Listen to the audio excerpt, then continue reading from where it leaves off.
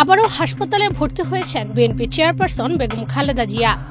জানা গেছে, নিয়মিত স্বাস্থ্য পরীক্ষার অংশ হিসেবে রাজধানীর এভারকেয়ার হাসপাতালে ভর্তি করা হয়েছে সাবেক এই প্রধানমন্ত্রীকে। 15 অক্টোবর বুধবার রাত 11:40 বেগম খালেদা জিয়া তার গুলশানের বাসভবন ফিরোজা থেকে হাসপাতালের উদ্দেশ্যে রওনা হন।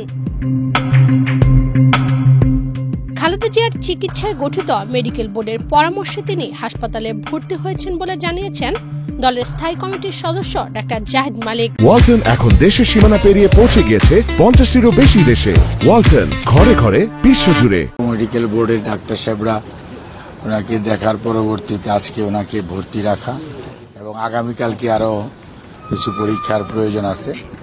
পরীক্ষা করার পর তার পরবর্তীতে ওনাকে হয়তো আবার কবে ছুটি না কবে নাগাদ ছুটি হবে সে ব্যাপারে মেডিকেল বোর্ড সিদ্ধান্ত দিবে। এই মুহূর্তে ওনার অবস্থা স্থিতিশীল আছে এবং উনি হাসপাতালের কেবিনে এখন এই মুহূর্তে প্রফেসর ডাক্তার শাহাবুদ্দিন তালুকদারের অধীন। তবে নেতাকর্মীদের আশা, প্রয়োজনীয় পরীক্ষা নিরীক্ষা শেষে 2-1 দিনের মধ্যেই বাসায় ফিরবেন বেগম জিয়া। মেডিকেল বোর্ড আগামী 1-2 দিনের মধ্যেই হয়তো ওনাকে আবার বাড়ি যাওয়ার অনুমতি দেওয়ার সম্ভাবনা রয়েছে। এখন কি সমস্যা আছে আসলে, কোন সমস্যাটা বেশি আছে শরীরের কোন জায়গাটা? আসলে শরীরে অ্যাকচুয়ালি তো ধরেন আপনার ওনার ক্রনিক কিডনি ডিজিজের একটি পেশেন্ট, উনি হার্টে ওনার ব্লক আছে, হার্ট ফেলিউর ওনার একটা বড় প্রবলেম, ওনার লিভারের মধ্যে সমস্যা আছে।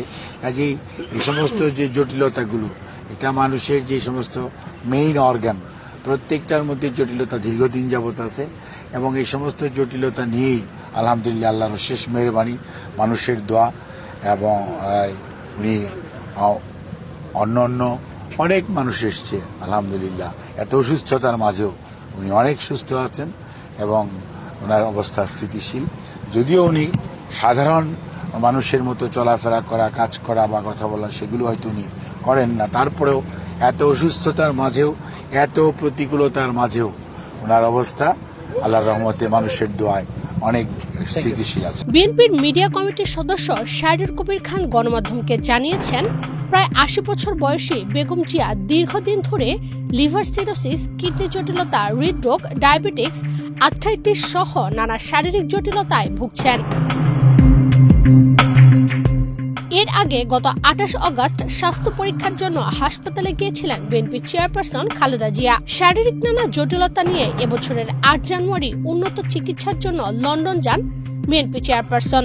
লন্ডন ক্লিনিকে 17 দিন চিকিৎসার পর 28 জানুয়ারি ছেলে তারেক রহমানের বাড়িতে লন্ডন ক্লিনিকের বিশেষজ্ঞ চিকিৎসক অধ্যাপক প্যাট্রিক কেনেডি ও অধ্যাপক জেনিফার ক্রসের তত্ত্বাবধানে চিকিৎসা নেন। দীর্ঘ প্রায় 5 মাস চিকিৎসা শেষে গত 6 মে দেশে ফেরেন বিএনপি চেয়ারপারসন।